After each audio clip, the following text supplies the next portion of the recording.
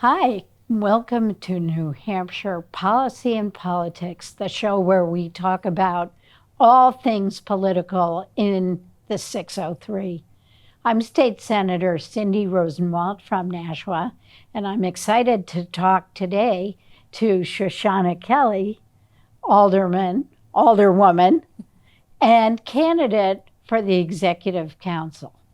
Shoshanna, it's great to see you. Oh, thank you so much for having me, Cindy. It's great.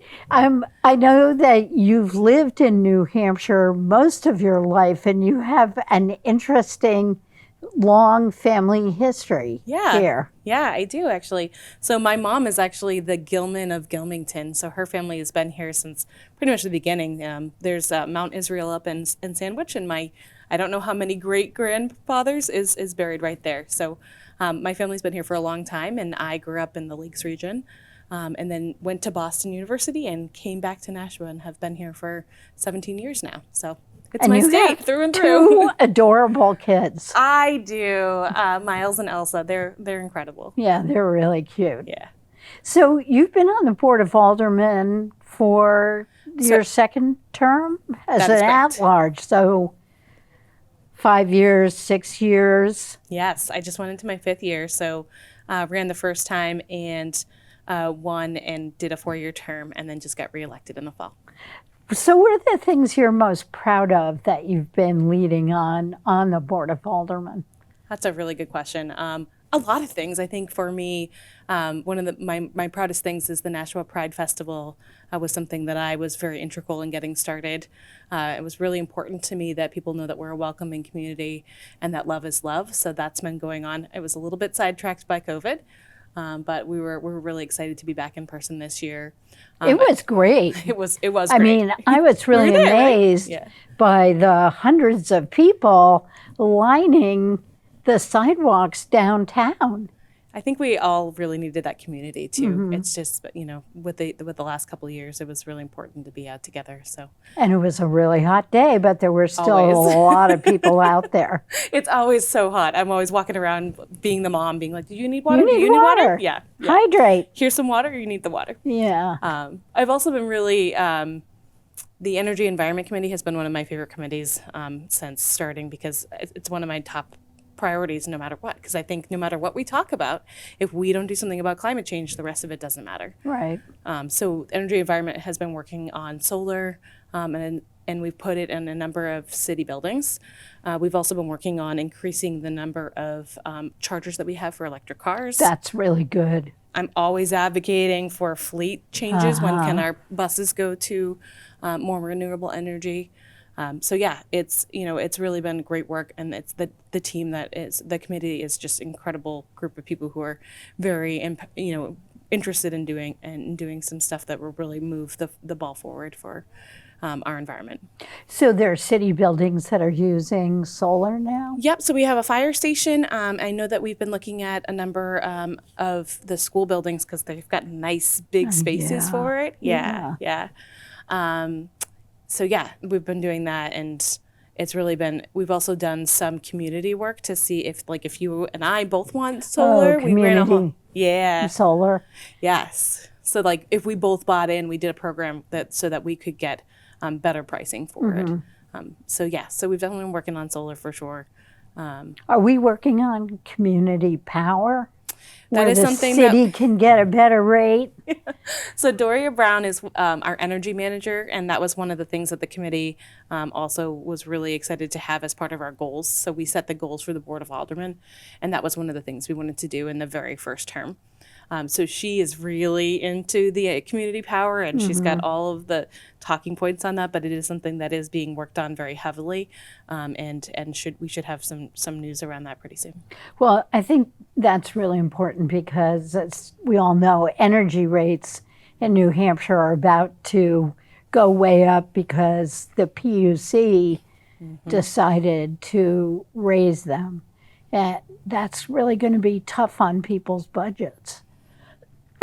It really is, and it's at a time where we're already feeling it on different levels in terms of our food costs are costing more, housing, everything.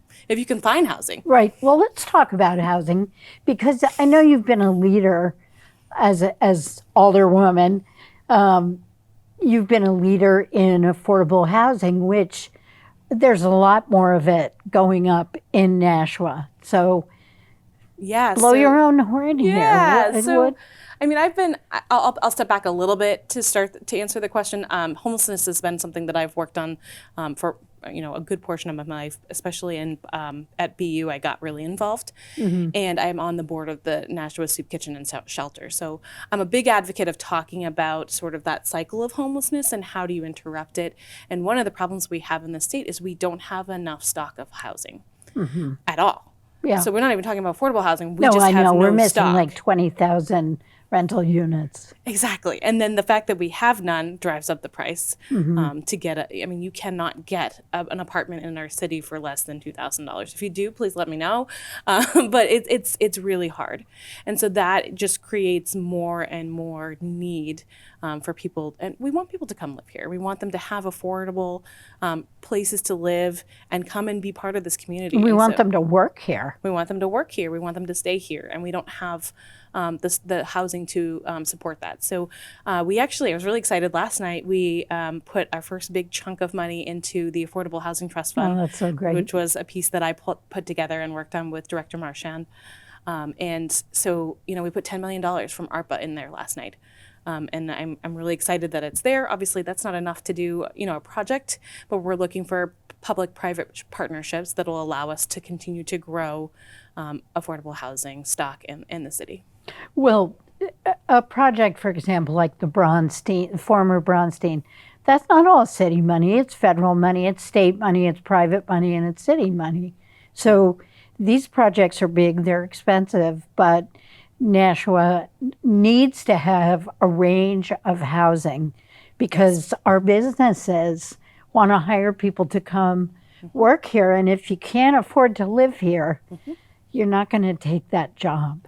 Yeah, so Bronstein is actually under construction right now, and we are, making that a dramatic impact there in terms of the amount of affordable housing that used to be there and what will be. Right.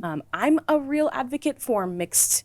So, like, one of the things that the mayor did in his first term was Clock Tower, and Clock Tower is where a lot of young people come in and live in Clock Tower and then move on. I can't tell you how and many. it's mixed, right? And it's mixed. Some is income restricted, and some of it's market race. Very successful. And that's the model I want to see us continue to go to. It's really important to have it not all concentrated. And I think the Bronstein's obviously bringing on really important units, but we have to continue to make sure that when we build something, we're asking, can we put some affordable units in there? How much of it can it sustain, so that we can continue to grow that? Well, congratulations. You've been such a leader on affordable housing on the board. I'm only following in the footsteps of people like you who've been leaders doing this work for a long time. It's so important. And so let's talk about the Executive Council, which I think is so misunderstood. It doesn't do policy. Does not. But it does all the big contracts that the state undertakes have to be approved by the Executive Council. So, for example, let's talk about family planning. The state budget reduced family planning for low-income Granite Staters. The federal government made funds available, and the current Executive Council has voted 4 times and has not accepted these funds. 12,000 low-income Granite Staters have basically lost access to cancer screenings, STD screening and treatment. For some of these people, this is the only health care they have access to. It's one of the main reasons I'm in the race for Executive Council. I think that we've seen a lot of attacks on reproductive health care, and the person who is currently the incumbent for District 5 has voted 4 times against. And it's not even abortion. It's not. None of this money I know goes to abortion. The and state even when you prove tracks this, the state audits this. It is clear the entities all know how to do this, and still the Executive Council and our counselor will not vote to make breast cancer and cervical cancer screenings available to 12,000 people who live in New Hampshire. We already know that people are being diagnosed later with cancer. We've heard that from the oncology medical community. That's terrible that we have any contribution to that. It's frustrating because when you look at what these reproductive healthcare clinics do, that is all of the things you're talking about are helping in these rural communities to help low income families get the care that they need. And all we've seen is that they continue, like, multiple hospitals have closed. There's been maternity wards that close. Oh, another one just is closing. Right. Yeah. I mean, my mom, used to go to Laconia, and they don't even have a maternity ward anymore. So now we're taking away this right for people who now have to already travel, to Concord or sometimes even further for this healthcare. And it's about healthcare. There's so many things that, I went to Wolfboro. When I was a kid. When I was in high school, to the family planning. And that was your ability to talk and educate and, get all of the things that you need from a reproductive healthcare. And we're taking that away. And I think that is so short-sighted. It is. And it's frustrating. I didn't mean to interrupt you, but I get frustrated about it. Well, the council also gets to confirm commissioners, department heads, and in the next year, the council is going to be confirming a new head of Health and Human Services, our biggest state department. Our current education commissioner is extremely controversial. He's an opponent of public education and has been showing up at political events, which is something that commissioners tend not to do. So you would be one of 5 votes to confirm those department heads. It's an incredibly important and powerful body. It is. And when people ask me what it is, I often say it's the most powerful position that most people don't know about. And when you were saying before, you were like, oh, it's not a policy driven. But when you think about the fact that the people who vote on your commissioner of education or your health and human services and your contracts and judges, we appoint all the New judges. Hampshire. We saw what that is policy in a way, right? Because you're thinking about it's not direct policy, but it is policy. Yeah. And it's standing up for the values of people. And people are resoundingly saying, when you listen to the majority, they don't want the things that are being pushed out and pushed down upon us.